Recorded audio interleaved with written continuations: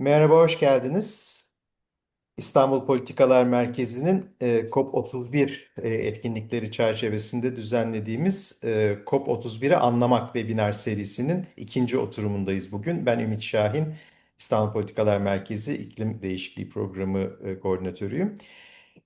Bu webinar serisinde bildiğiniz gibi daha çok müzakere başlıklarına odaklanıyoruz ve amacımız Türkiye'de iklim müzakereleriyle ve bu yıl Kasım ayında Antalya'da yapılacak olan COP31 ile ilgilenen herkes için konuyla ilgili bilgi ve birikimlerini arttırmak ve buna katkıda bulunmak, bütün tartışmalara katkıda bulunmak.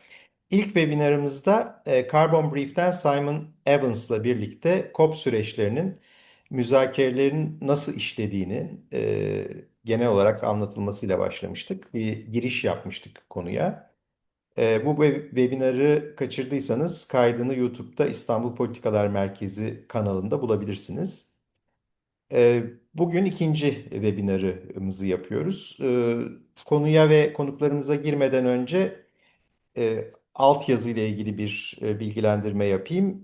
Bu webinarı Türkçe-İngilizce yapacağız. İlk konuşmacımız Türkçe, ikinci konuşmacımız İngilizce olarak sunumunu yapacak. Eğer çeviri özelliğini kullanmak istiyorsanız Zoom ekranında altta Captions bölümünden ya da altyazı bölümünden seçmeniz gerekiyor. Altyazının görüntülenmesini istediğiniz dili. Evet, bugünkü ikinci webinarımızın konusu Antalya'da müzakere başlıkları arasında önemli bir yer tutacağını bildiğimiz adil geçiş konusu. E, Biliyorsunuz geçen sene Belem'de bir adil geçiş mekanizması kurulması kabul edilmişti. Şimdi önce Haziran'da Bonn'da, Arakop'ta hem de Kasım ayında Antalya'daki COP31'de bu adil geçiş mekanizmasının işler hale getirilmesi için müzakereler yapılacak. Biz de bugün konunun iki uzmanıyla adil geçiş nedir ve COP31'de müzakerelerde adil geçişle ilgili neler gündeme gelecek bunları tartışacağız. Çok değerli iki konuğumuz var. Ben size önce kısaca konuklarımızı tanıtmak istiyorum. Birinci konuğumuz Boğaziçi Üniversitesi öğretim üyesi Profesör Doktor Sevil Acar. Kendisi iktisatçı. Ve uzun yıllardır da iklim politikaları üzerine çalışıyor. Sevil'i özellikle fosil yakıt teşviklerinin kaldırılmasının sera gazı emisyonlarının azaltılması e, üzerindeki etkisine dair çalışmalarıyla tanıyoruz. Adil geçişte bir diğer çalışma alanı. Sevil'in en sonda bir TÜBİTAK projesinde Avrupa'dan iyi örneklerle Türkiye'de adil geçişe dair ihtiyaçları ortaya koymuşlardı. Şimdi biraz Türkiye, Avrupa ve küresel örneklerle adil geçişi kendisiyle tartışacağız. Sevil, hoş geldin. Hoş buldum. Teşekkürler. İkinci konuğumuz Uluslararası İklim Eylem Ağı Can International'dan adil geçiş konusunda kıdemli politika danışmanı olarak ve analist olarak görev yapan Annabella Rosenberg. Welcome Annabella. Annabella, çevre ve iklim politikalarını sosyal adalet bağlamında ele alan bir uzman ve aktivist. Daha önce Uluslararası Sendikalar Konfederasyonu İTÜK'ta ve Greenpeace'te çalışmıştı. Geçen yılda Belen'deki adil geçiş mekanizması müzakerelerini aktif olarak takip etti ve hem sivil toplumun ve iklim hareketinin taleplerini oluşturan hem de bunu dile getiren müzakerelerde aktif rol alan isimlerden biri oldu. Kendisi Arjantinli, programımıza da Paris'ten katılıyor. Şimdi direkt Türkçe olarak ilk sunuma geçeceğimiz için buradan başlıyorum. So Annabella, we will start in Turkish and then I will give you the floor. Sevil bize adil geçiş kavramını genel olarak anlatacak öncelikle. Ve iklim politikaları için önemini, küresel örnekleri, Avrupa'dan ve Türkiye'den deneyimleri ve ihtiyaçları öncelikle ortaya koyacak. Daha sonra da Annabella ile meselenin COP'lar bağlamında ve COP31 bağlamındaki tartışmasına geçeceğiz. Sevil, söz sende. Çok teşekkürler Ümit. Ben hemen ekranımı paylaşarak başlayayım. Görünmüyorsa lütfen söyleyin. Ben bu toplantıda genel bir çerçeve sunmak amacıyla adil geçişin tanımına ve gereksinimlerine değineceğim. Nereden çıktı bu konuyu tartışmak? Yani her alanda adalet arayabiliriz ama bizim bu konuya iklim çalışan insanlar olarak girme sebebimiz iklim krizinin işaret ettiği bir aciliyet olması dolayısıyla.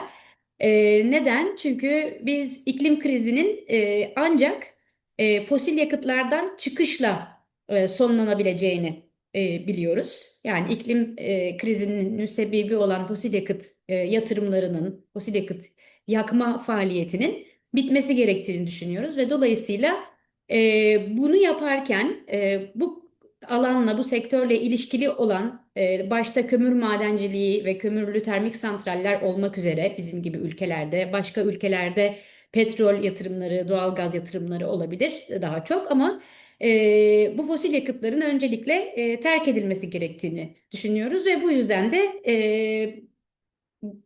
bunları terk ederken sosyal anlamda, ekonomik anlamda bu terk edişin, bu çıkışın etkileri olacağını öngörüyoruz. Dolayısıyla e, fosil yakıtlardan çıkışı önemsiyoruz ve bunun adil geçiş diye bir devamı olması gerektiğini düşünüyoruz. Mevcut durumda hem ülkemizde hem başka ülkelerde kömürle ilişkili çevresel etkilerden haberdarız, sosyal etkilerden haberdarız. Kömürün maliyetli bir sektör olduğunu hem madencilik tarafında hem termik santraller tarafında aslında oldukça iktisadi maliyetinin de yüksek olduğunun farkındayız.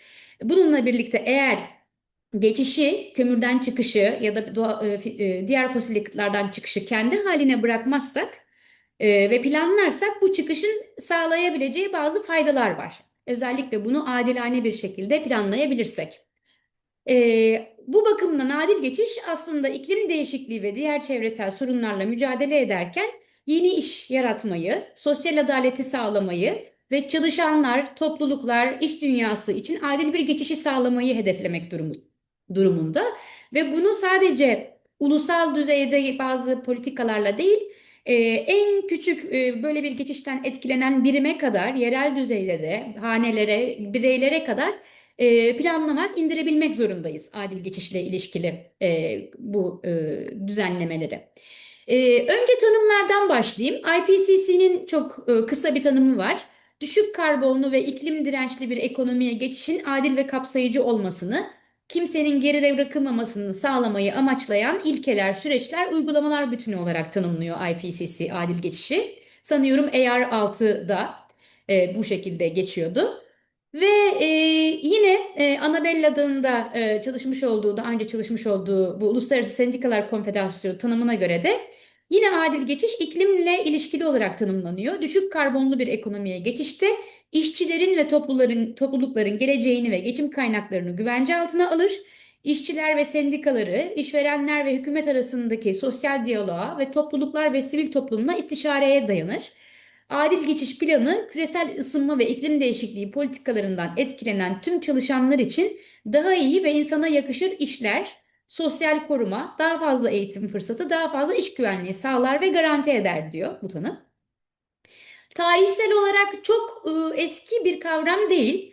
90'ların sonlarında Kanadalı sendika aktivistleri tarafından ilk kez kullanılmış bu kavram. Sendika hareketinin işçilere insana yakışır işler sağlama çabalarıyla çevreyi koruma ihtiyacını uzlaştırma girişimiymiş. Daha yakın zamanda da yine İTÜK ve ILO, Uluslararası Çalışma Örgütü tarafından işçi ve iklim hareketleri arasında köprü kuran tartışmalarda ele alınmaya başlandı. Bunun temel sloganı ölü bir gezegende kimseye iş yok idi. Son yıllarda tabii ki özellikle sivil toplum tarafından, aktivistler tarafından sahiplenildi.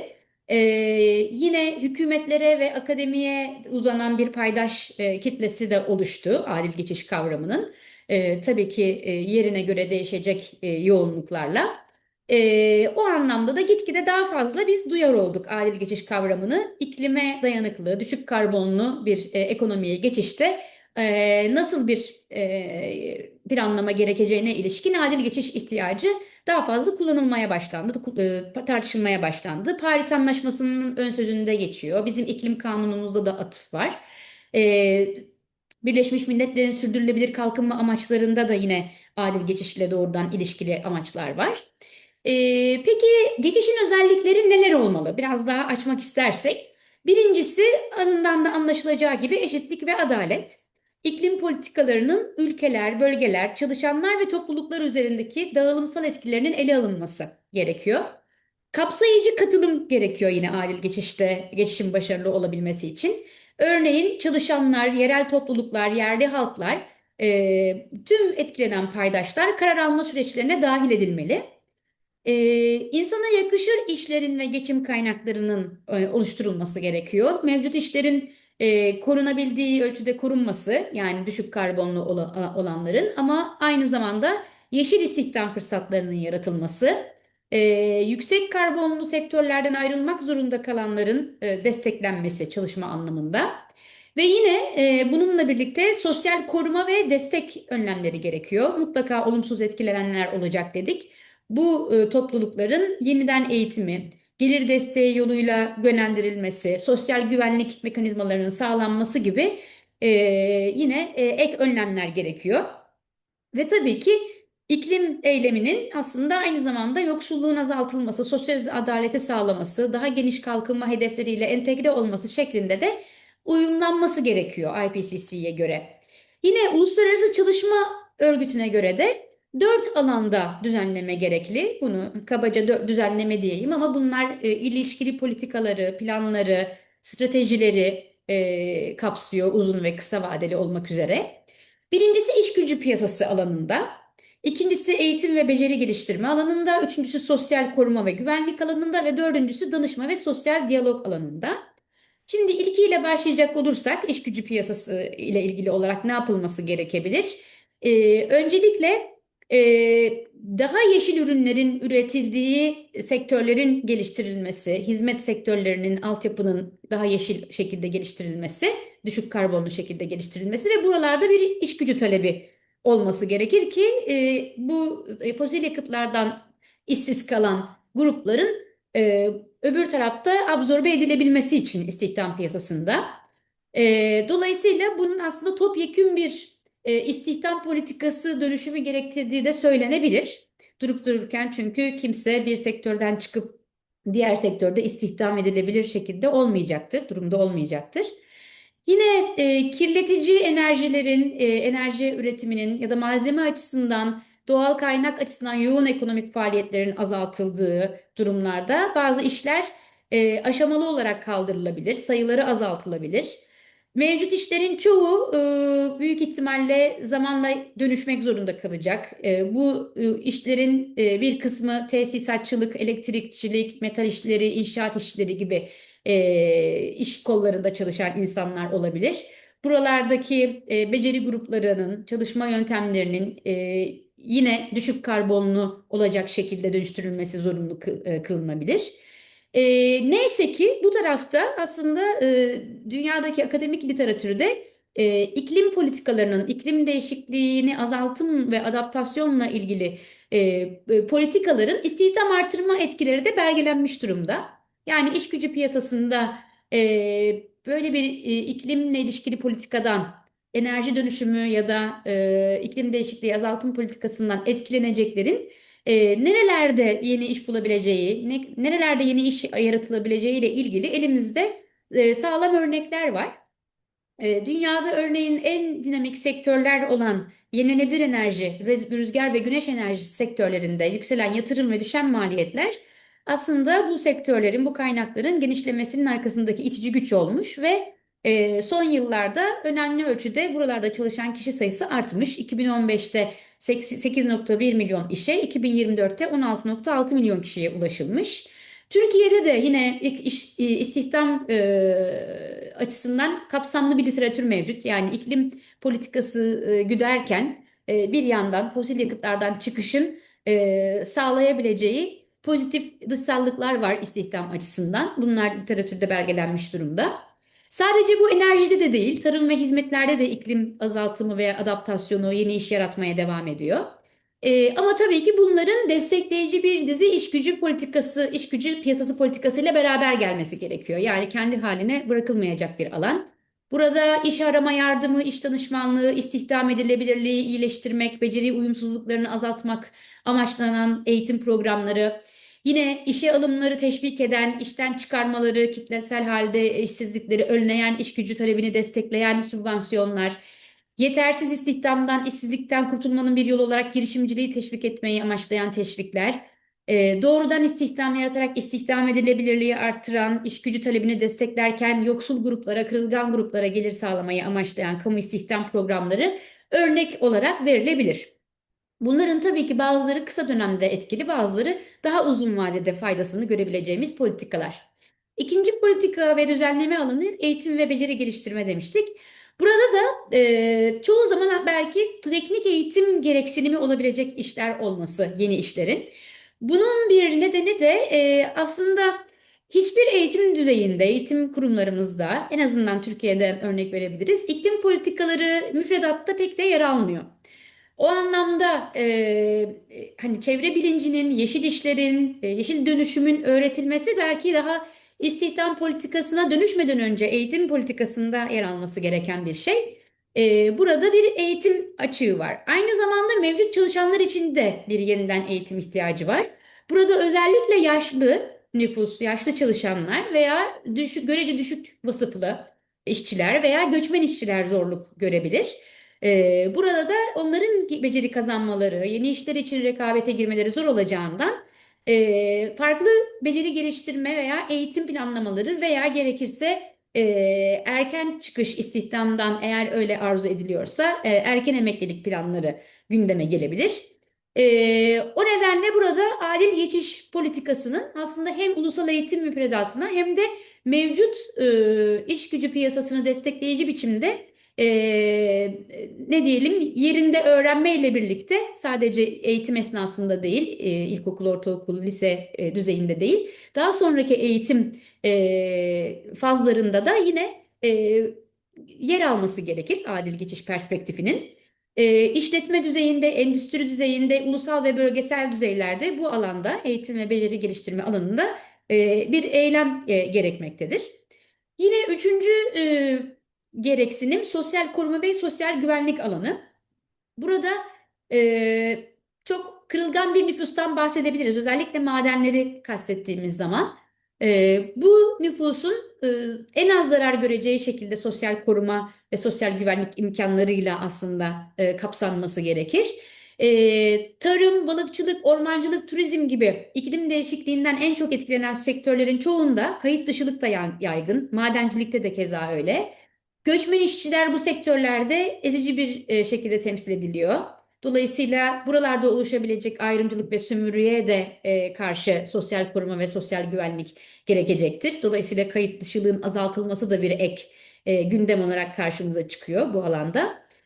Dolayısıyla sosyal koruma ve sosyal güvenliğin de yine özellikle ülkemizde kömürden çıkışta mutlaka iklim değişikliği politikasının ayrılmaz bir parçası olarak adil geçiş perspektifinin bir alt bileşeni olması gerekir.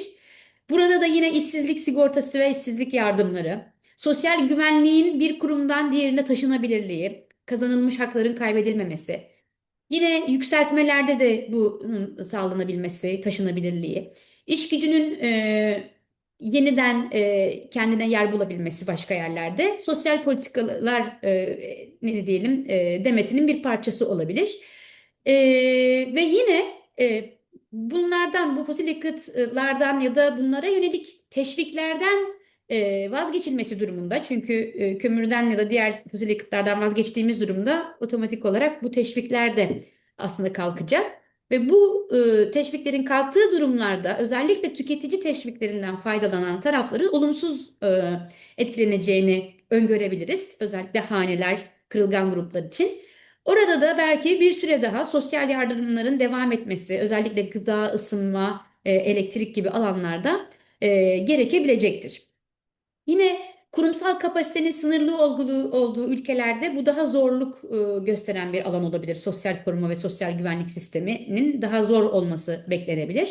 Buralarda da yine sosyal korumaya yönelik önlemlerin daha güçlü bir şekilde dikkate alınması, tazminatların ödenmesi gerekecektir. Azaltım politikalarından kaynaklanan maliyet tasarrufları, aynı fosil yakıt teşvikleri örneğinde verdiğim gibi, ülkelerin bu sosyal koruma sistemlerini geliştirmesine olanak sağlayabilir. Buralarda çünkü kaynak yaratma ihtiyacı doğacaktır. Bu kaynak bu şekilde yaratılmış olabilir. Veya sadece iklimle ilişkili değil ama genel olarak sadece karbon yoğun değil ama doğal kaynak yoğun sektörlerde toplanan vergilerin de birçok gelişmekte olan ülke için bir mali avantaj sağlaması mümkün kılınabilir. Sonuncu madde de yine ILO'nun kılavuzuna göre danışma ve sosyal diyalog aslında bu olmazsa olmazı bütün bu sürecin adil geçişin doğru gerçekleşebilmesi için. Çünkü bizzat geçişten etkilenecekler adına başkalarının karar alması beklenmemeli. Tersine bütün paydaşların dahil olduğu bir adil geçiş planlaması mümkün kılınmalı. Burada da yine geçişin getirdiği fırsatları değerlendirmek ve zorlukları çözmek için işletme düzeyinde, sektörel ve ulusal düzeyde sosyal diyaloğa aktif katılımın teşvik edilmesi gerekir. Biz 2022 yılında WWF için yaptığımız bir çalışmada çok kaba bir adil dönüşüm planlaması stratejisi çıkarmıştık. Orada şöyle bir rota çizmiştik. Ulusal net sıfır stratejisinden başlayarak önce net sıfır, evet o bizde var. Onun altında net bir takvim, net sıfıra ulaşmak için azaltım hedefleri ve takvim. Hangi sektörde ne kadar azaltım hedefi, burada fosil yakıtların önemi, sektör bazında karbonsuzlaşmanın nasıl gerçekleştirileceği. Bunun akabinde yine takvimlendirilmiş bir net kömürden çıkış stratejisi, Türkiye için özellikle söyleyebileceğim. Burada kömürden çıkış hedefleri ve takvimi verilmekle beraber aynı zamanda termik santraller bazında net kapanma tarihleri verilmek durumunda. Ve bunun beraberinde bu sözler, takvimler verilirken bölgesel adil dönüşüm planlamasının yapılması, hem kurumsal planlamanın, koordinasyonun, uygulama yapısının belirlenmesi hem de yerelde bunun etki analizinin yapılması, çok önceden yapılması hatta bunun daha kömürden çıkış stratejisi başladığı gibi etki analizlerinin yapılması ve bir eylem planı ortaya sunulması. Bunun örneklerini, doğru ya da doğruya yakın örneklerini dünyada görmeye başladık. Belki Annabella da değinecektir ama hani çok kısaca Avrupa Birliği'nin adil geçiş mekanizması, adil geçiş mekanizması içindeki üç ana ayak, bunun içinde adil geçiş fonunun önemi ve diğer iki ayağın özellikle yatırımları canlandırarak gelecek olan yeni istihdam fırsatlarını da besleyen ayakların önemi bir örnek. Onun dışında yine dünyada adil geçiş ortaklıklarının JETP diye kısalttığımız Avrupa Birliği dışındaki ülkelerin adil geçiş deneyimleri güzel örnekler olmaya başladı.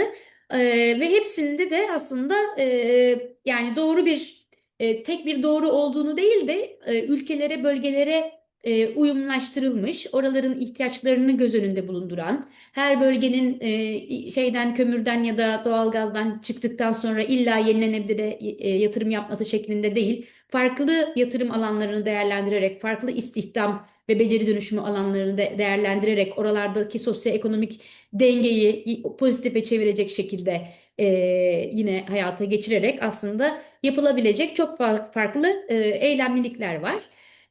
Burada bitirirken şunu söyleyebiliriz. Hükümetler için adil geçiş uzun vadeli bir perspektif gerektiriyor. Finansal ve kurumsal taahhütler gerektiriyor elbette bu planlama ile birlikte.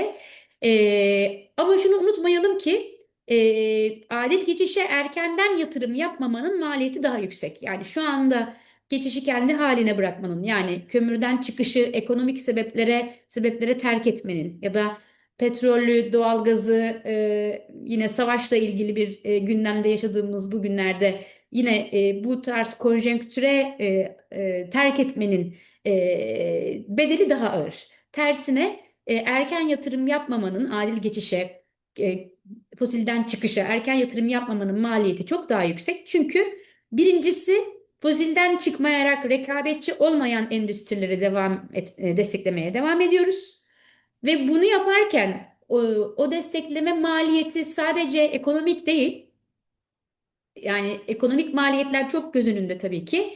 Ama bu ekonomik maliyetlerle beraber sağlık ve çevre etkilerini de yaşamaya devam ediyoruz her yerde. O bakımdan geçiş ihtiyacının elzem oluşu aslında bu maliyetlerin şimdiden geçiş olmaması durumunda ne kadar yüksek olmasıyla alakalı, ne kadar yüksek olduğuyla alakalı. Son sözler adil geçiş planlama gerektiriyor, kaynak gerektiriyor. Bu kaynak sıfırdan yaratılmak zorunda değil. Mevcut kaynakların, kamu kaynaklarının, diğer finansal kaynakların yeniden dağıtımı yoluyla yapılabilir. Önceliklendirme önemlidir. Mutlaka danışma, tartışma, bütün paydaşlarla birlikte karar almayı gerektiriyor. Ve adil geçişte terk edilen sektörlerin yerini gerçekten sürdürülebilir ve karbonsuz sektörler almak durumunda. Sözlerime burada son vereyim şimdilik. Çok teşekkür ederim.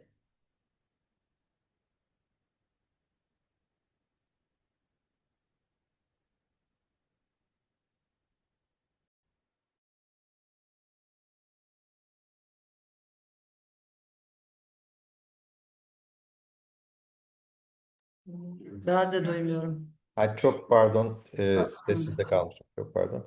Çok teşekkürler Sevil. Ee, Çok detaylı bir giriş oldu adil geçiş kavramı açısından. Soru cevapta biraz daha detaya gireriz. Şimdi Annabella'ya geçeceğim. So our second speaker is, as I said before, Annabella Rosenberg from Canon International, and she's working on just transition. And she will talk about the COP dimensions of the just transition agenda. So how in the climate negotiations we are talking about the just transition, including the just transition work program and the just transition mechanism, also known as the Belém action mechanism, adopted in Belém, and how this agenda is expected to evolve from Belém to Antalya. Annabella, the floor is yours.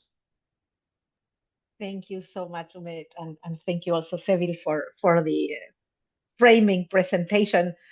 Unfortunately, my Turkish is not yet as good as it should be, and the captions were, I think, a bit lost in technicalities.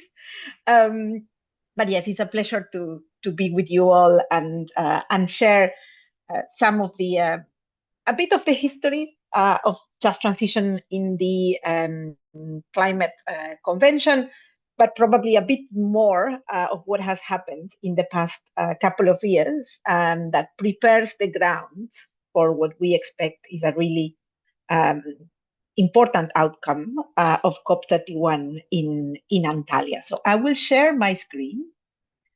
Give me 1 second. Is it done? There you go. Oh, there you go. This is me trying to get Turkish file. Okay, so what I wanted to share with you is like, yeah, 4 items, let's say, in the conversation about just transition in the UN Framework Convention on Climate Change. A few words, and this was covered by Seville, about what happened before 2015 and the Paris Agreement, and we are going to go fast on those. Then something a bit more detailed on the Just Transition Work Program, which has served as the agenda hook for the negotiation on just transition. Then the outcomes of the COP30 negotiations last year in Belém. And then a few thoughts on what we think, at least from the Climate Action Network side, what should be some of the features of a decision on what we are calling now the Belém'den Antalya'ya mechanism on just transition. So Seville covered quite a bit of that, but of course, the conversation on just transition at the national level has often been influenced by discussions on just transition at the international level. From a first reference quite a long time ago, or more than 10 years ago, in COP16, with a very strong focus on the workers, of course, dimension of just transition.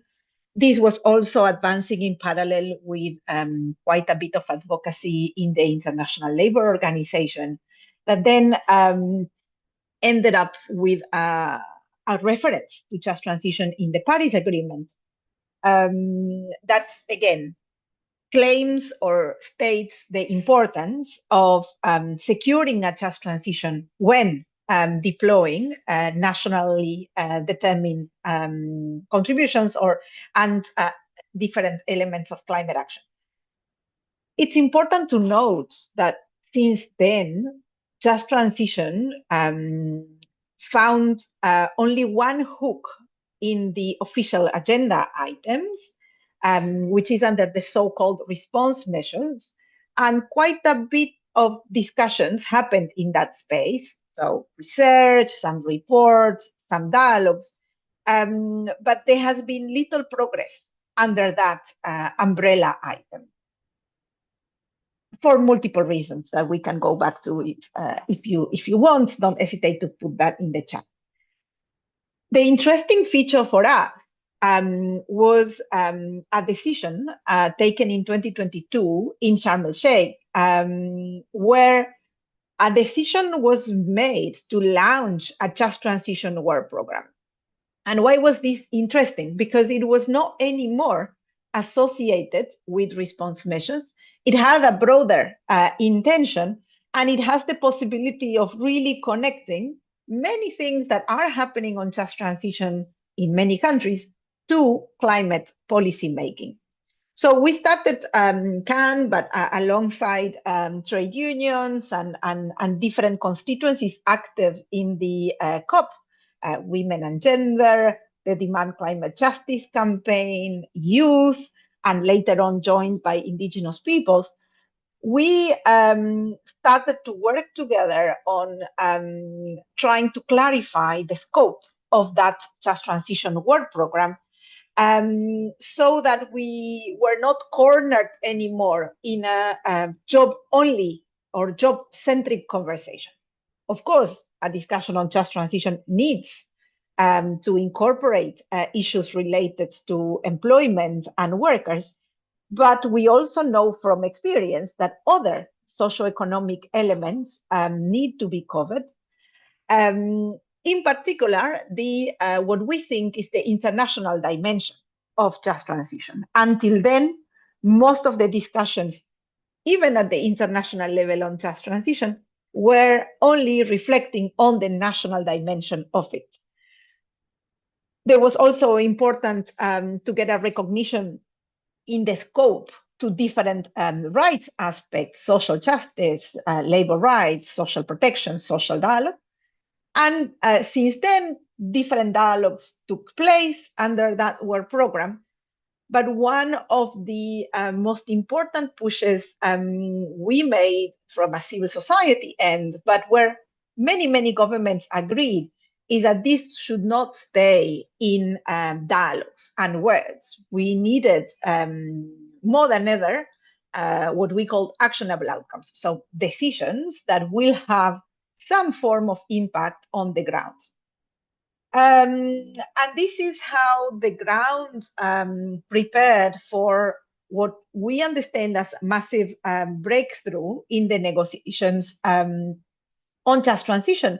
But even more broadly, I mean, this decision that was taken on just transition last year, it's probably one of the most ambitious in many aspects of the content of climate guidance, let's say at the global level.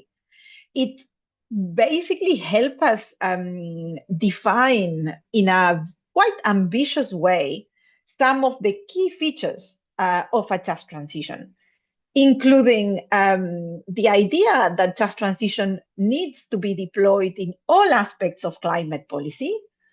Of course, any form, any plan that is about emission reductions in all of the sectors, energy, but we can also think of industry, agriculture, waste, I mean, all the sectors included. And also when we are thinking about the impacts of climate change and adaptation. So just transition becomes an enabler of action in a certain way. It's much more about the how we do climate policy than about the targets themselves. A second element is the importance of just transition being based on rights. Of course, securing labor rights, but not only limiting to labor rights. The decision makes very clear that there are many, many rights, and I will share with you a slide in a second. There are many aspects of human rights, indigenous people's rights, gender equality. I mean, all of these aspects that are seeking to secure a voice for communities, for people that have been marginalized from decision making are critical if we want to make the transition happen. The third element connected to this is about including people in decision making, in particular right holders, so all those collective voices in our communities. And fourth, and very important for us, is the idea that just transition needs, of course, to be planned nationally, I would argue also locally, but it requires international cooperation, appropriate financing, and addressing some of the global barriers that today are keeping countries in a fossil-based or an extractive-based economy. Many countries, including my own, Argentina, I mean, are trapped for many reasons in a certain model, a model that furthers extraction, but it's not just because people like fossil. It's also because out of selling fossil or soy, in our case, we pay our debt, we pay our infrastructure. So unless there are some changes to the way in which countries enter the global division of labor, we are not going to be able to secure a just transition and create all the alternative economic avenues for a different model. The reason why for us having all those rights in a COP decision was so important is that we think that this will help us reduce the weakening of the concept of just transition that we were witnessing already with some international institutions promoting just transition, but missing key parts of it. And then ensure also much more convergence across just transition initiatives that are happening at different levels. And of course, as you can imagine, the second fundamental part of that decision was the decision to develop a just transition mechanism to bring these principles to life at the global level. The decision was not to launch a mechanism. We couldn't get that through the line. That said, the reference to a mechanism and the importance of developing it and putting COP31 as the moment where it should be decided was, of course, a major win for us. I put in the slides, but I can share with you the presentation later. Just a little bit of a summary of how many important things were referred in that decision, because it's not common to see in United Nations decisions, even less in the Climate Convention, the extent of rights and ambition that was referred to in the COP30 decision. And this is something that we are really, really proud of having achieved. And this is already a win. That being said, all these principles in paper without an institution that has as a mandate, as a duty, the obligation or the intent to make it happen would be only part of the work, which takes us into the just transition mechanism. Indeed, last year, we were working under an acronym, Belém'den Action Mechanism, because we really like the idea of a BAM. Antalya has made it even easier because now we can talk of a Belém'den Antalya'ya mechanism and stay with BAM, which is a massive campaign slogan for us. And I wanted to share with you a bit of the rationale of what do we want and why do we want this mechanism. As I said, the starting point for us is that there is no, or we are lacking a common framework and vocabulary about just transitions. Indeed, the International Labour Organization ones are recognized by many, but not by others, including by some of the international financial institutions, even in some of the just energy transition partnerships, even in some national work. And again, the ILO guidance is very important, but it's limited in some other aspects. I had the pleasure of negotiating those guidelines when I was working in the International Trade Union Confederation. I can tell you that since then, many things in our understanding of what is needed for a just transition has also evolved. So 10 years in the just transition land has made us also learn a lot. There is a second element about the insufficient coordination and sharing. There are a lot of spaces for sharing, but those are limited in terms of the breadth and the diversity of actors contributing to it. A third element is the lack or the weak integration of climate objectives in just transition. For many, this would look obvious that just transition is for the sake of achieving climate goals in a just way.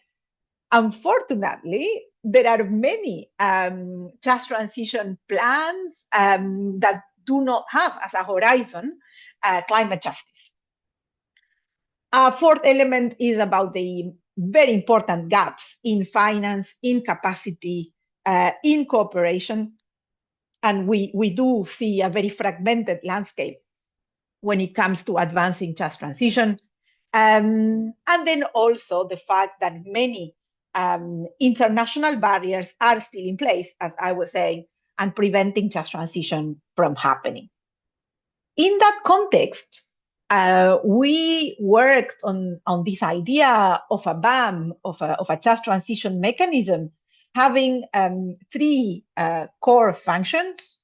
A first function is a function of coordination, of coherence, and also of inclusion. And this has been a bit of an improvement, I think, from our side between last year and this year, because we do see this mechanism as a space where we take stock, where we find the gaps in just transition implementation, but also in providing and producing guidance for everyone so that we start getting that convergence in action. And very important, a space where we can monitor how just transition is being implemented and supported, whether these means of implementation are also being provided and how. A second function is about sharing knowledge and generating knowledge, keep the discussion going on the barriers, on new learnings, on sectors that have not been studied a lot until now. And then a third element, which is probably where we touch the nerve of this fight, which is the ability to support actual just transition initiatives through a help desk, through the connection of actors with funding, with actors undecided, with a resource mobilization initiative that can encourage more financing for just transition. This is a bit more of the work in progress, and apologies for all those that are not that used to COP language, but how this would look like for real. And this is what we are trying to work right now in Cannes and also with our partners. We think like the mechanism could be formed by a committee on just transition that will meet regularly, that would have on an equal footing parties and non-parties, that could convene annually in person, but then more often online, that could convene expert groups, forums, an assembly of practitioners, dialogues, decide on the delivery of support. In that committee, no parties, which means basically all of us that are other things than governments, contributing to the agenda, to the production of knowledge, thinking also the way in which communities can find a way to speak by themselves, so not necessarily through the proxy of NGOs, like in our case. And as a permanent committee, will then report to the COP on a regular basis. We also know that these big committees in general struggle to produce good work, mainly because they are complex beasts. So we think that this requires also a technical body, a smaller one with representation that prepares the agenda, identify projects, does a bit of the technical homework for the committee to really go to the really go straight to the substance and not being lost in lots of process conversations. It needs secretariat support and it needs a dedicated budget. I would a last word on this. Why do we want a ban in this particular moment when we are surrounded by conflict, by aggressive actions, by unilateralism? We do think that the multilateral space needs to be meaningful, and we have a need out there for ensuring that all those that proclaim to be doing just transition, well, those that claim it actually are delivering it against standards that have been multilaterally agreed. We think that this could help us boost implementation at a time where many are wondering whether it's even possible to put a just transition in place. And it somehow connects to the outside. People are struggling. They are worried about their livelihoods. They are worried about their income. They are worried about how a transition could impact their daily lives, their jobs. This is a way to show that it's possible with a people-centered approach. I would just say that COP31 is key in this regard. We cannot stay on a theoretical just transition debate anymore. The just transition community needs a home. The mechanism can give it. COP31 in Antalya is that moment where we can translate the principles into a real support mechanism. This could be, or we hope, is going to be the most consequential decision out of COP31. And we think that for that to happen, the BAM needs to include very important features in terms of inclusion and very important features in terms of resource mobilization.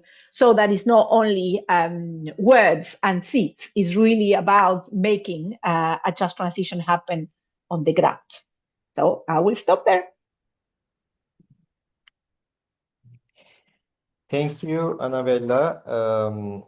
That was a very comprehensive presentation. And now we have a second tour. Just a minute. Yeah, we have a second tour now. So, but I'd like to continue in English after this part because it's going to be easier for all of us. And I'd like to ask each of you one question first, and then I'll get the questions from the audience. By the way, everybody can write questions to the Q&A part.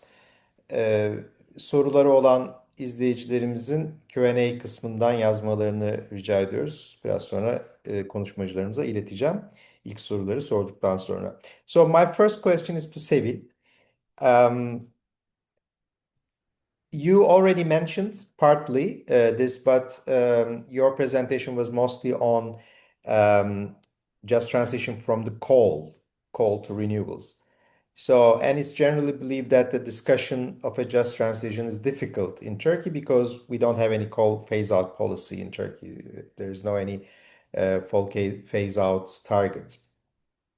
Is it really difficult to talk about just transition without a coal phase-out policy, or is it the just transition that will make the transition away from coal or fossil fuels possible? So can we think like maybe we first need to have the legislation and all the mechanisms of just transition, also for the national climate policy, and then a target for coal phase out will be possible. Which way would you choose? I will then ask the same question to Annabella, but I have another question for her. Yeah. Okay, thanks for this challenging question, but I think I agree with the criticisms in Turkey, in the sense that, of course, we are free to discuss about everything in daily life, right? We can discuss without considering whether it's timely to discuss something or not, to discuss justice or not. But in my view, I think a coal phase out should come first. Why? If you don't have a clear political commitment, if you don't have a timeline to exit coal, for the case of Turkey again, then our discussions on just transition will remain abstract, will remain non-binding.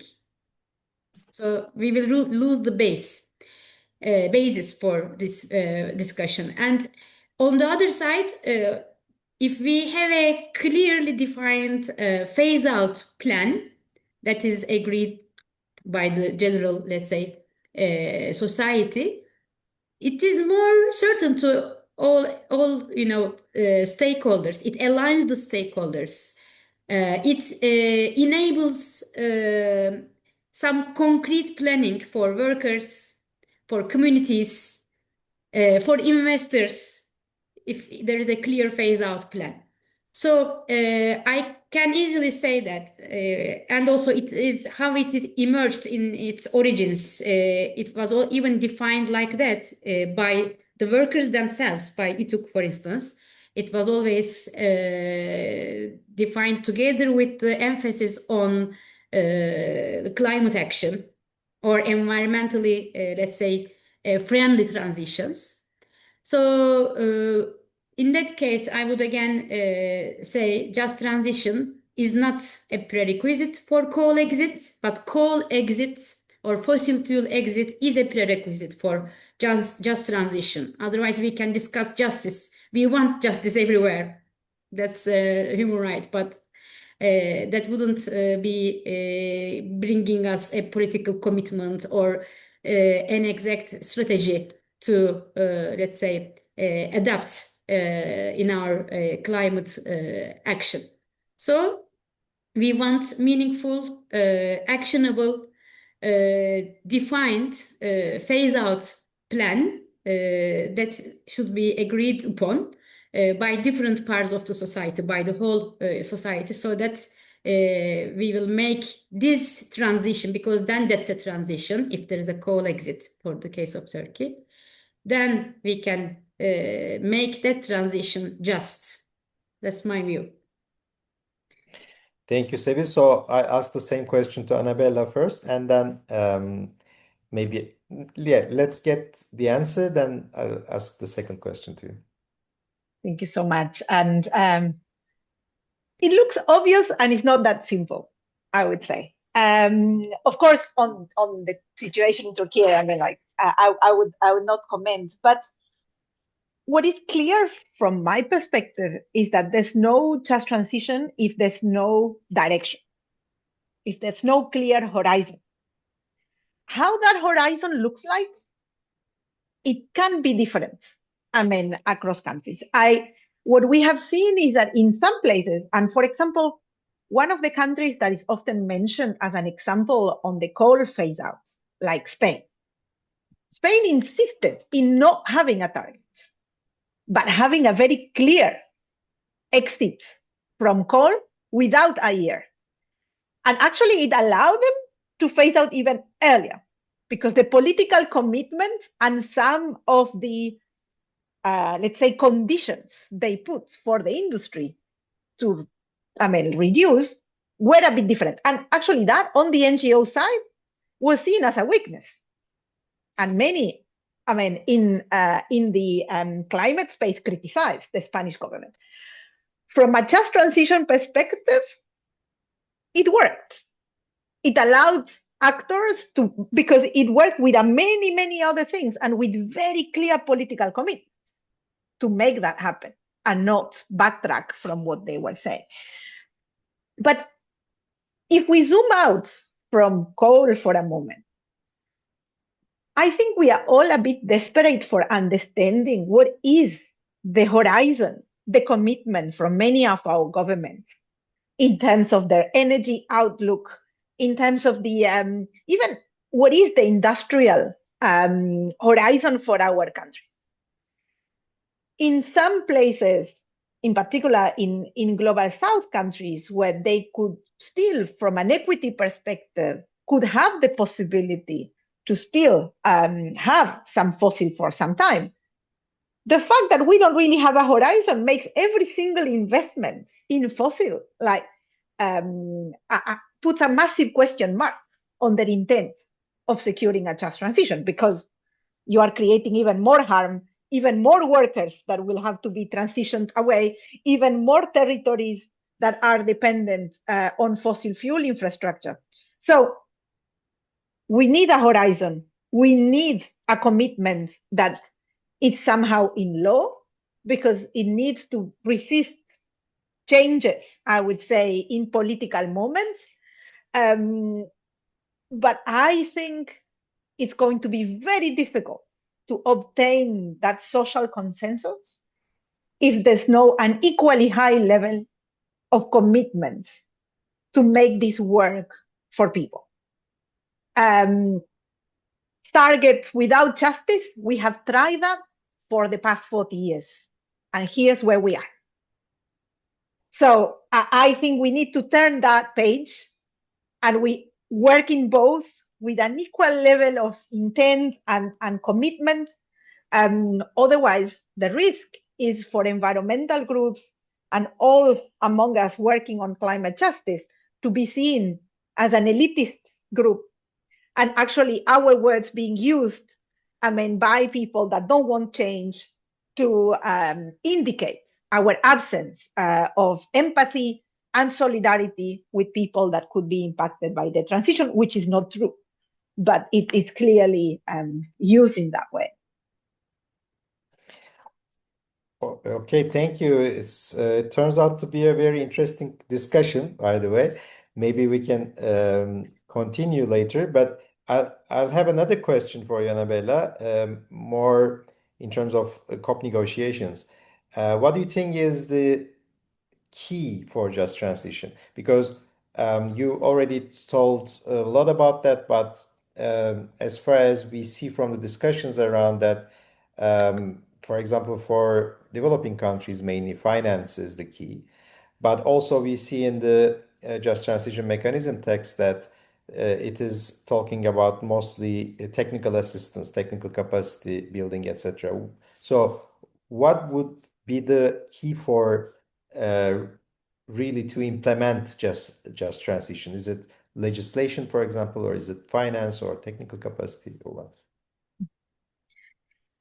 I think, of course, all of those are needed. The issue is what is needed at which level, and what can our global multilateral system governing climate action do to advance just transition, and which are the things that are needed everywhere, and done by each country. For example, we need national plans.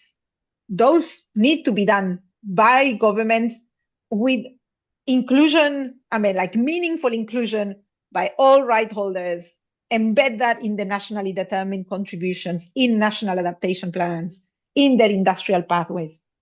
That needs to happen at the national level. But what can the international system do? And this is why we focused on these three things. We need probably more work to create convergence and coherence so that there is less waste of time and waste of resources. There are so many, you and the audience would be surprised by the millions that are spent on writing just transition principles by consultants all over the world that are paid by governments that are trying to start from scratch. All of that are savings that could be created by the UNFCCC producing some of that guidance. A second element is about the removal of barriers, or at least engaging on the tension between some of the global rules and the transition that we need to make. And the third one is about support. And within support, there is technical assistance, of course, but there is also money, there is also resources. And we know we are in a very difficult moment for international cooperation, and in particular for climate finance. At the same time, we are also conscious that there are a lot of bilateral just transition deals that are around. What we would like is to multilateralize some of that bilateralism. I mean, because right now, if a development agency, and I'm not going to give names, is running a just transition project in a developing country, that donor country is defining which are the areas that will be funded based on the national priorities. And that is not supporting the national strategies in developing countries. So how we make that more multilateral, how we make those decisions more collective, that is a big debate. And that's why we are not asking for a new just transition funds. What we want at this stage is probably first to clarify which kind of finance for which aspect of just transition. There are things that would require grants. I mean, and we know this. We see it in the just energy transition partnerships. Elements of social protection, at least initial elements on safety nets, they cannot be loans. But we also know that some of the infrastructure that is needed at the territorial level could be loans. And in some places, we also need private sector investment. But all of those, but we need to ensure that we have the right kind of funding for the right kind of need. And that is, for the moment, still a bit of a mixed bag. So what we would like is to keep having in the just transition space, in the COP, a real conversation on just transition. And we have been very lucky that over the past 4 years, despite a lot of polarization in other strands of the climate conversation, this community of negotiators, of countries, have managed to find pretty good, substantial agreements on this topic. So, and this is not by chance. It's because it focuses on the how we do climate action and a little bit less on the target. That doesn't mean that the target is not important. And we will keep fighting for 1.5, for the transitioning away from fossil fuels, for the coal phase out. These are massive priorities for the Climate Action Network. But a time of massive fragility for the system, and where we also need to build consensus on how we move forward together, we think just transition gives us that social fabric for keep engaging in the multilateral space. And that's something that we need to keep nurturing. So finance, critical, tech capacity, critical, but also keep creating a conversation where we are not taken away by just stratospheric discussions, but really based on what is needed on the ground. Thank you, Annabella. Maybe before the questions from the audience, because we are collecting now a lot of questions, maybe I can ask the same question to you, Sevil, if you want to answer maybe from the Turkey's standpoint. Assuming that there's a coal phase out policy, what would be the key for Turkey in terms of legislation, in terms of plans and programs? Is it, I don't know, employment or training or what? What would be the key for just transition in Turkey? What do you think? Very shortly, I would think that, first of all, not an issue, but a common agreement on the definition and the pathway, as Annabella has nicely put.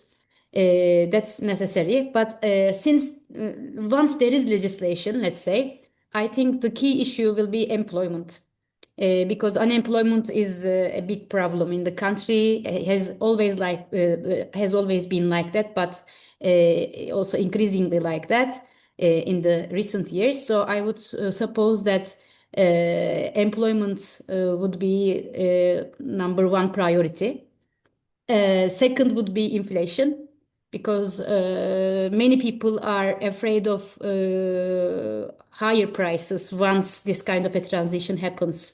Not only in the case in case they can be let's say in need of more support, or they can face some, let's say, electricity shortages. These are even being discussed, but also the prices, how they will be changing after, let's say, we have less coal-based electricity. So that's another thing. And then it will have impacts. It will possibly have impacts on the prices of other goods that, let's say, require energy as an input.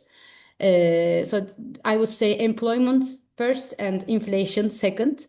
But afterwards, of course, we need a specific plan for each locality, for each coal region. As Annabella has again discussed nicely, the horizons can be different in each region after a phase out, after a coal exit.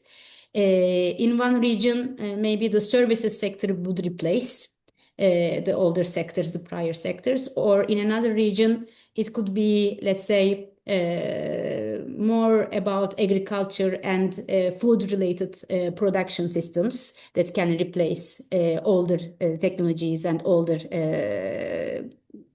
high carbon sectors. So that will be very important to analyze region-wise in terms of the necessities of each region and how they can really experience a just transition.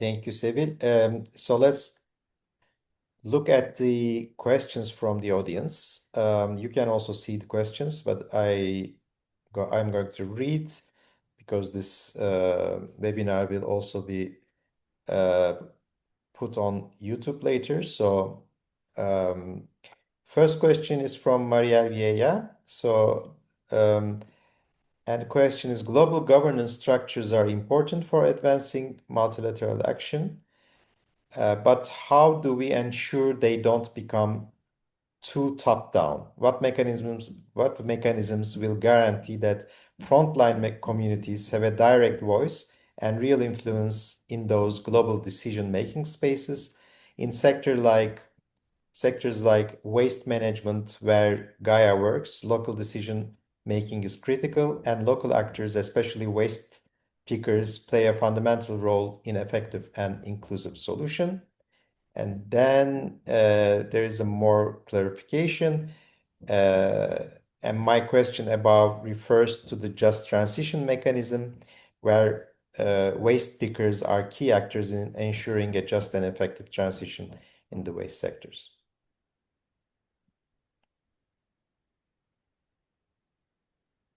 So do we go one by one? Yeah. Okay. Thank you, Umit. Thank you, Mariel, for the question. I mean, two parts to this. One is the UNFCCC is really not a top-down regime. Let's start from that. And I would say I regret it a little bit. I would use a bit more top-downness in the system, on in particular on climate targets. And I mean, it's something we miss. I mean, we have in other governance structures. But when it comes to just transition, I think it's going to be one of the areas where we need to push for innovation, I think, in governance. We have, I mean, we need to ensure that the conversations, the decisions made on just transition under the mechanism are informed by the realities of communities. And we have been looking in particular at the at the way in which the civil society mechanism in the Committee on Food Security has been working, because we have there are interesting developments there, in particular about how we center the voices of those that are in those front lines of the transition with institutional actors like NGOs or other institutions with more resources being in support of, but not necessarily the voice there. So we're trying to figure out how we could do that. But the most important thing is to ensure that in the launch of the mechanism, that inclusion of those voices is very clearly centered. It's not going to be easy, but we do have a very good decision from last year that governments cannot back off from. So yeah, it's going to be part of the fight. And well, the work that we've been doing with Gaia, that Gaia has been leading showing and visibilizing the voices and the work of waste speakers, but more generally the struggles of informal workers, I think are an immense resource and just add even more weight to that demand. So yeah, looking forward for that. Thank you. I'll ask the second question in Turkish. It's for to Sevil. Büşra Hanım'ın bir sorusu. Ben iklim değişikliği alanında çalışan bir öğretmenim. Sevil Hanım okullarda iklim kültürü oluşturulması açısından bahsetti. Ben hem sahada hem de literatürde bu konuyu çalışıyorum, bir proje yürütüyorum. Global Schools platformunda mensup öğretmenler arasında yaptığım saha araştırması hem de literatür araştırmam bana iklim kültürünün yaygın ve yerleşik bir şekilde oluşturulmasının bir ihtiyaç olduğunu gösterdi. COP31'de bu konu başlıklar arasında yer alacak mı? Adil dönüşüm için bakış açıları ve eğitimde önemli bir yer tutmakta bence demiş. Sevil, bir cevabın varsa alalım. Yani şöyle bir cevabım var. Şöyle bir liste gördüm. Priority Topics Agenda gibi bir şey. Orada yanılmıyorsam gençlik ve evet, gençlik ve iklim diye Gençlik ve bir başlık eğitim var. vardı. Eğitim, özür dilerim. Orada iklim değişikliği, işte gençlerin yeni böyle bir dönüşümde, diyelim ki önümüzdeki süreçte görecekleri dönüşümde karşılaşabileceği zorluklar, yeni işler, onların aldıkları eğitimin bu yeni işlerle uyumlu olup olmaması gibi şeyler konuşulacaktır diye tahmin ediyorum, ama adil geçişin bir alt başlık olarak o başlığın altında olduğunu zannetmiyorum. Yani o vizyonun olduğunu zannetmiyorum daha doğrusu. O kadar detaya girmiş olmayabilirler. Ama pekala gençler orada kendilerini temsil edeceklerse bu tartışmalar esnasında belki kendileri gündeme getireceklerdir. Yani adil geçiş bir bakıma hani bütün düşük karbonlu işleri diyelim ileride konuşmamızı gerektirecekse, bu sadece kömürle ya da yenilenebilir enerji dönüşümüyle ilgili bir şey değil. Aslında bütün mühendislik işlerini, bütün sosyal bilimler alanında mezun olunan bölümlerden gidilip yapılacak işleri de etkileyebilir.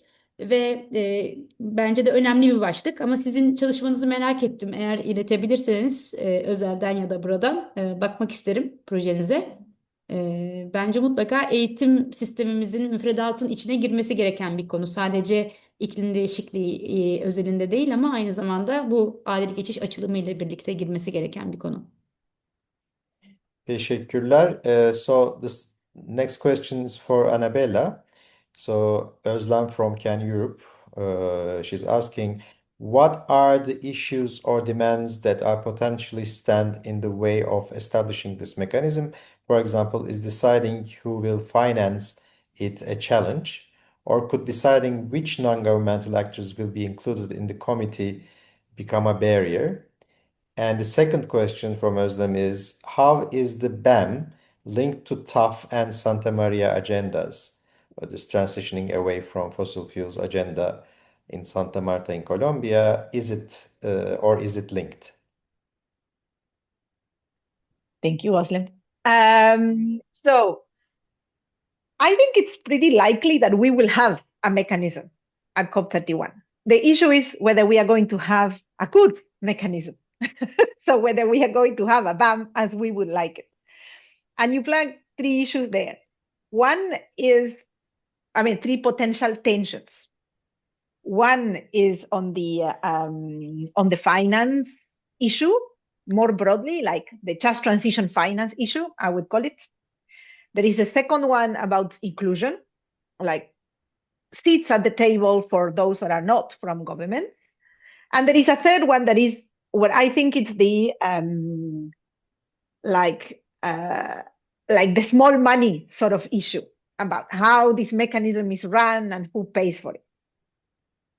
I think the first two can be solved in a similar way that was solved, or that we witnessed, observed last year.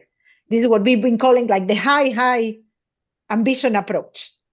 High ambition approach on what is tough for the global north, in this case, ensuring that there is a solid conversation on finance for just transition, with what could potentially be tricky for global south, which is recognizing that right holders need to enter the governance space. Also because they've been flagging like a bias towards the global north, in particular in terms of representation in international spaces, due to lack of funding for many southern groups as well to enter those spaces. So there is always a reluctance because they tend to see many of us as proxies for global north, whether we are coming from global north or because we're getting funding from global north. So there is always a certain suspicion about opening governance for non-party stakeholders. So those two things are tricky. They are tricky. One is more tricky for North, one is more tricky for South. Our approach is that with solid conversations and good intent, we can all raise or have nothing. So yeah, that is where we're going on the small. I would say it's still small because we ran some calculations, and actually what an actual mechanism would need to exist is minimal compared with the amounts that even spent today on multiple small just transition projects all around by the EU, by development cooperation agencies, by funders. We should be able to fundraise for something so small. So we think we can overcome that. And then very important, on just transition and transitioning away from fossil fuels and the soon to start Santa Marta process. We have said that in the COP, just transition is the mechanism is the engine room for the transition. This is less about the goal, less about the target, and more about how we make it happen with social license.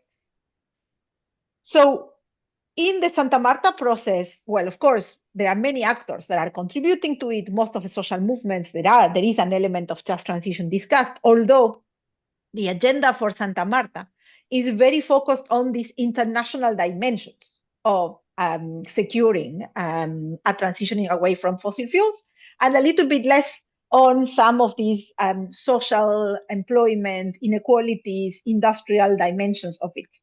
We hope that is going to be part of the discussion. But in any case, for us, seeing that commitment from countries to go in that direction and set the horizon needs a just transition approach. For the moment, the processes are a bit different. We do believe that there is space for full all-party consensus on just transition, and that's why we keep pushing for it in the UNFCCC. We understand an approach where there are those that won't go further, but we are absolutely committed to ensure that every single country has a just transition pathway, and we think it's still possible to get it through the COP track. So yeah, they are very connected, and at the same time, institutionally, follow a bit of a different process. Thank you, Annabella. So we are running out of time. We just have 11 minutes. So I'll ask the remaining questions together. Then I will get your answers. But at the end, I want to reserve one last questions from my side. So one of the questions from Cem's question is to Sevil.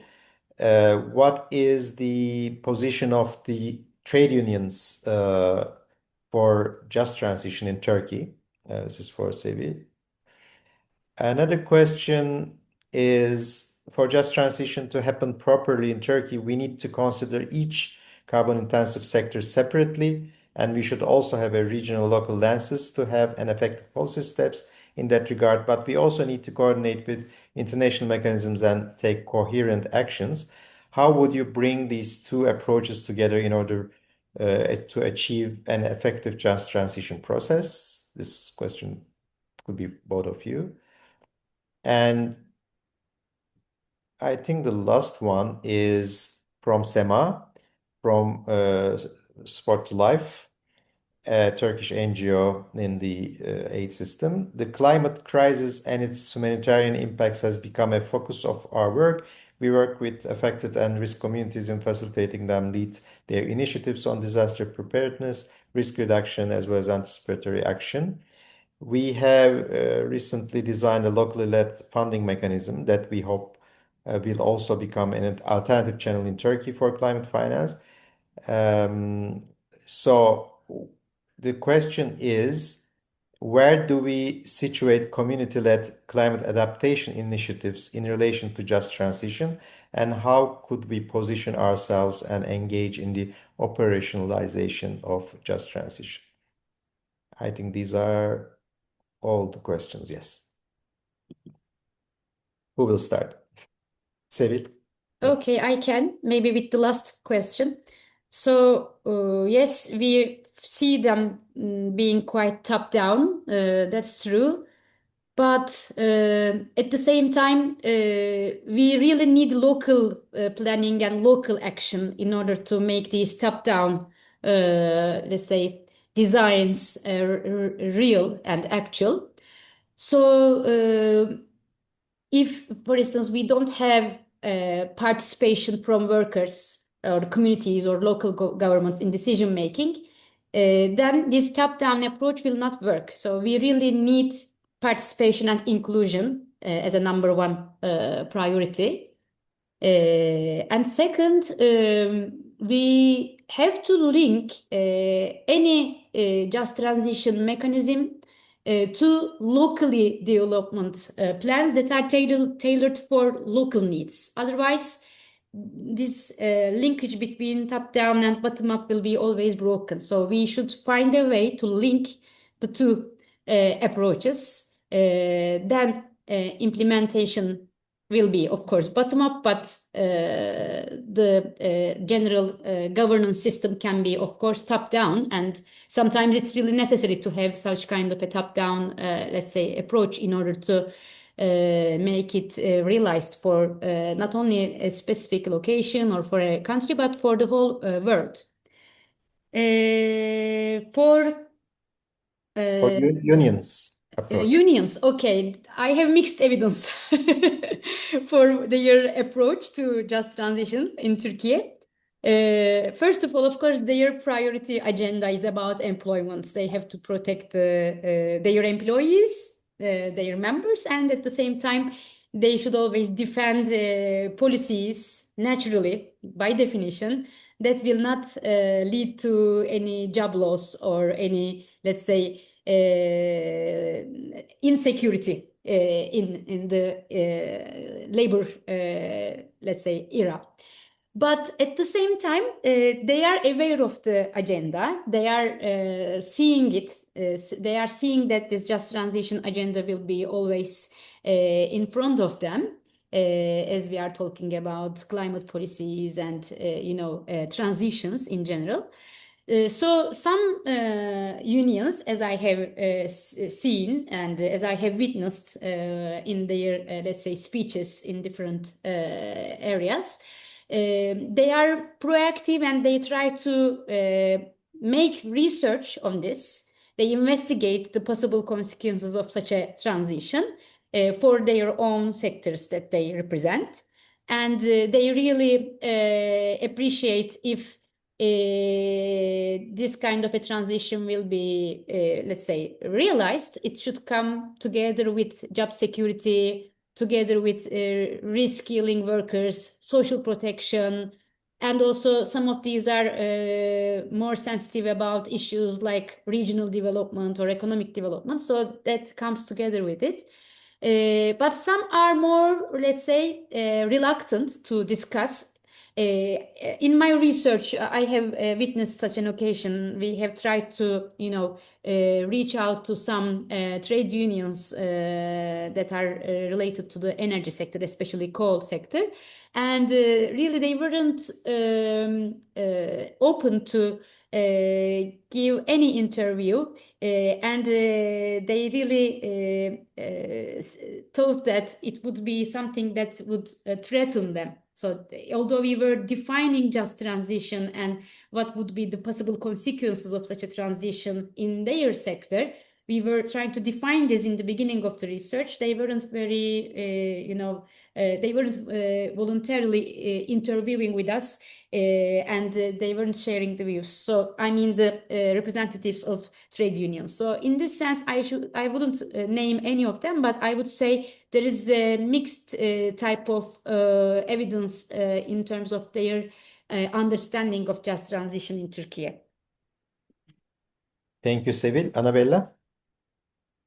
Maybe just briefly to add on this, I would use COP31 also as a really interesting moment to have those conversations with unions. I mean, COPs in the past have been interesting moments for convergence of civil society, and I mean, also to reassure on each other's intentions and there has been already work. I mean, like what Sevil has been doing, Can Europe as well. It's not that there has been no work with unions on just transition in Turkey, but maybe the COP gives a different umbrella for the conversation that creates a bit more of trust and knowledge on each other's intention.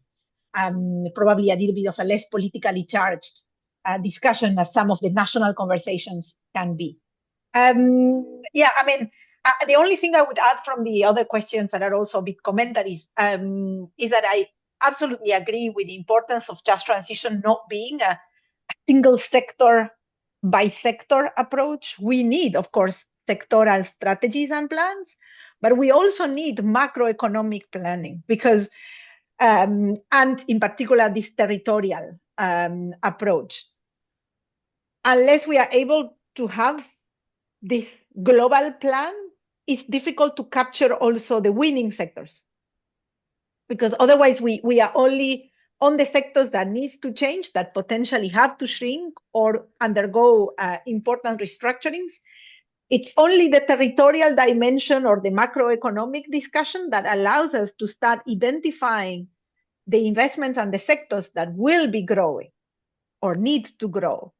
And that is also a conversation that for unions and for many other actors, it's an extremely important one. So coupling the sectoral discussion with a more diverse multi-sectoral one at different levels, I think it's also something that we need to do. And we also need to do it globally, but in particular for the national level discussion is really important. Thank you, Annabella. So we have very little time, but I have one last question to Annabella because I'd like to ask something about CAN International position.